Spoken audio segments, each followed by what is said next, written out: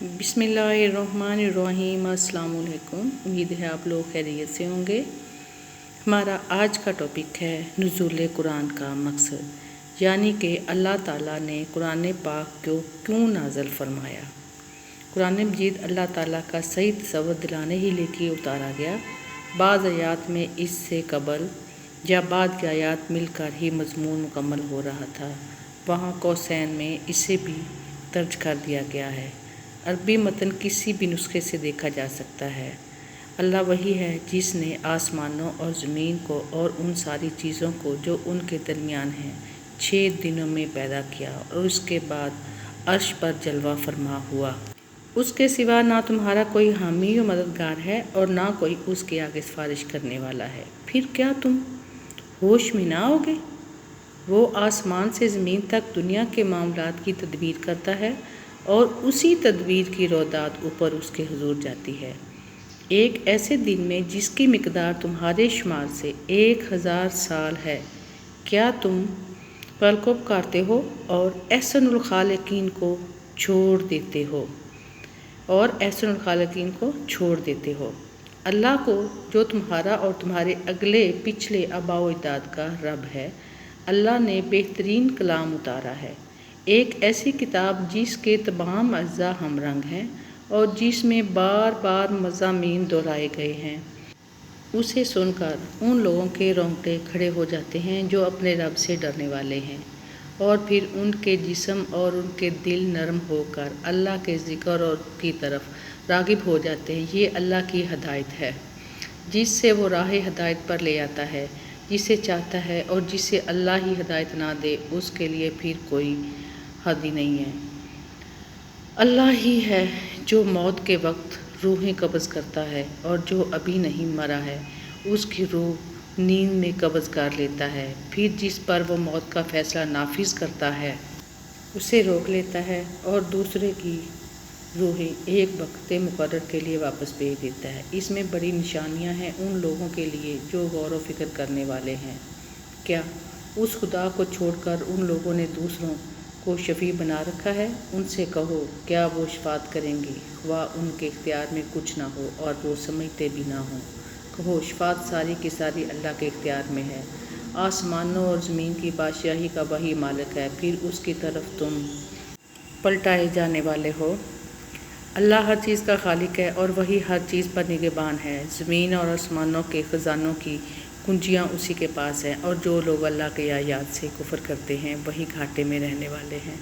अल्लाह ही तो है जिसने तुम्हारे लिए रात बनाई ताकि तुम उसमें सुकून हासिल करो और दिन को रोशन किया। हकीकत ये है कि अल्लाह लोगों पर बड़ा फजल फरमाने वाला है, मगर अक्सर लोग शुक्र अदा नहीं करते। वही अल्लाह जिसने तुम्हारे लिए ये कुछ किया है तुम्हारा रब है, हर चीज़ का खालिक है, उसके सिवा कोई माबूद नहीं। अल्लाह वही तो है जिसने तुम्हारे लिए ज़मीन को जाए करार बनाया और ऊपर आसमान का गुंबद बना दिया, जिसने तुम्हारी सूरत बनाई और बड़ी ही उम्दा बनाई, जिसने तुम्हें पाकीज़ा चीज़ों का रिज़्क़ दिया। वही अल्लाह जिसके ये काम है तुम्हारा रब है, बेहिसाब बरकतों वाला है, वो कायनात का रब है, वही ज़िंदा है, उसके सिवा कोई माबूद नहीं। उसी को तुम पुकारो, अपने दीन को उसी के लिए खालिस करके। सारी तारीफ़ अल्लाह रब्बुल आलमीन ही के लिए है। अल्लाह ही ने तुम्हारे लिए ये मवेशी जानवर बनाए हैं ताकि उनमें से किसी पर तुम सवार होकर और किसी का गोश्त खा सको। उनके अंदर तुम्हारे लिए और भी बहुत से फ़ायदे हैं। वो उस काम भी आते हैं कि तुम्हारे दिलों में जहाँ जाने की हाजत हो वहाँ तुम उन पर पहुँच सको। अल्लाह ही है जिसने हक़ के साथ ये किताब और मीज़ान नाजिल की है, और तुम्हें क्या खबर शायद के फ़ैसले की घड़ी करीब ही हो। जो लोग उसके आने पर ईमान नहीं रखते वो तो उसके लिए जल्दी मचाते हैं, मगर जो उस पर ईमान रखते हैं वो उससे डरते हैं और जानते हैं कि यकीनन वो आने वाली है। खूब सुन लो, जो लोग उस घड़ी के आने में शक डालने वाली बहसें करते हैं वो गुमराही में बहुत दूर निकल चुके हैं। अल्लाह अपने बंदों पर बहुत मेहरबान है, जिसे जो कुछ चाहता है देता है, और वो बड़ी कुव्वत वाला और ज़बरदस्त है। जो कोई आखिरत की खेती चाहता है اس کی کھیتی کو ہم بڑھاتے ہیں، اور جو دنیا کی کھیتی چاہتا ہے اسے دنیا ہی سے دیتے ہیں، مگر آخرت میں اس کا کوئی حصہ نہیں ہے۔ اللہ ہی تو ہے جس نے تمہارے لیے سمندر کو مسخر کیا تاکہ اس کے حکم سے تم اس پر چل سکو۔ وہ اللہ ہی ہے جس نے کشتیاں اس میں چلائیں اور تم اس کا فضل تلاش کرو اور شکر گزار ہو۔ اس نے زمین اور آسمانوں کی ساری ہی چیزوں کو تمہارے لیے مسخر کر دیا۔ سب کچھ اپنے پاس سے اس میں بڑی بڑی نشانیاں ہیں ان لوگوں کے لیے جو غور و فکر کرنے والے ہیں۔ اللہ وہ ہے جس کے سوا کوئی خدا نہیں، لہٰذا ایمان لانے والوں کو اللہ پر ہی بھروسہ کرنا چاہیے۔ وہ اللہ ہی کی ذات ہے جس نے 7 آسمان پیدا فرمائے اور زمین کی تشکیل میں بھی انہی کی مثل تہ بتہ 7 طبقات بنائے۔ ان کے درمیان نظام قدرت کی تدبیر کا امر اترتا رہتا ہے تاکہ تم جان لو کہ اللہ ہر چیز پر بڑا قادر ہے، اور یہ کہ اللہ نے ہر چیز کا اپنے علم سے احاطہ فرما رکھا ہے۔ اللہ سب سے بے نیاز ہے۔ ان آیات کی تلاوت اور ترجمے کے مطالعے سے معلوم ہوتا ہے کہ یہ سب آیت الکرسی کے مضامین ہی کو بار بار تازہ اور واضح کر رہی ہیں۔ ایسا کیوں ہے، یہ جاننے کی کچھ کوشش کرتے ہیں۔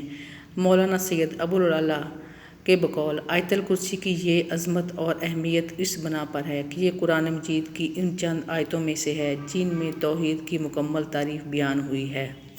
یہ قرآن مجید اللہ تعالیٰ کا صحیح تصور دلانے ہی کے لیے آیا ہے۔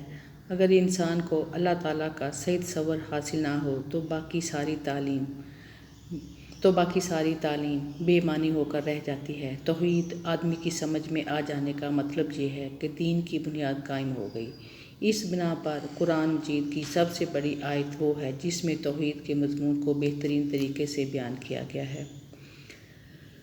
ایک نئی کتاب کلید البقرہ میں خرم مراد نے سورہ بقرہ کو مضامین کے اعتبار سے 8 حصوں میں تقسیم کر کے لکھا ہے کہ اس آیت الکرسی میں وہ سب کچھ ہے جس کی ضرورت ہے اللہ پر ایمان کی مضبوطی کے لیے، اور جو جہاد اور انفاق دونوں کو طاقت بخشی ہے۔ آپ کو نہ اپنے دشمنوں کی طاقت اور دولت سے خوف کھانے کی ضرورت ہے اور نہ زندگی کھونے یا غریب ہونے سے ڈرنے کی، اس لیے کہ اللہ یا حی یا قیوم ہے، ہمیشہ رہنے والا ہے، زندگی کا سرچشمہ ہے، خود قائم ہے اور سب کو قائم رکھنے والا ہے۔ اس کا علم اور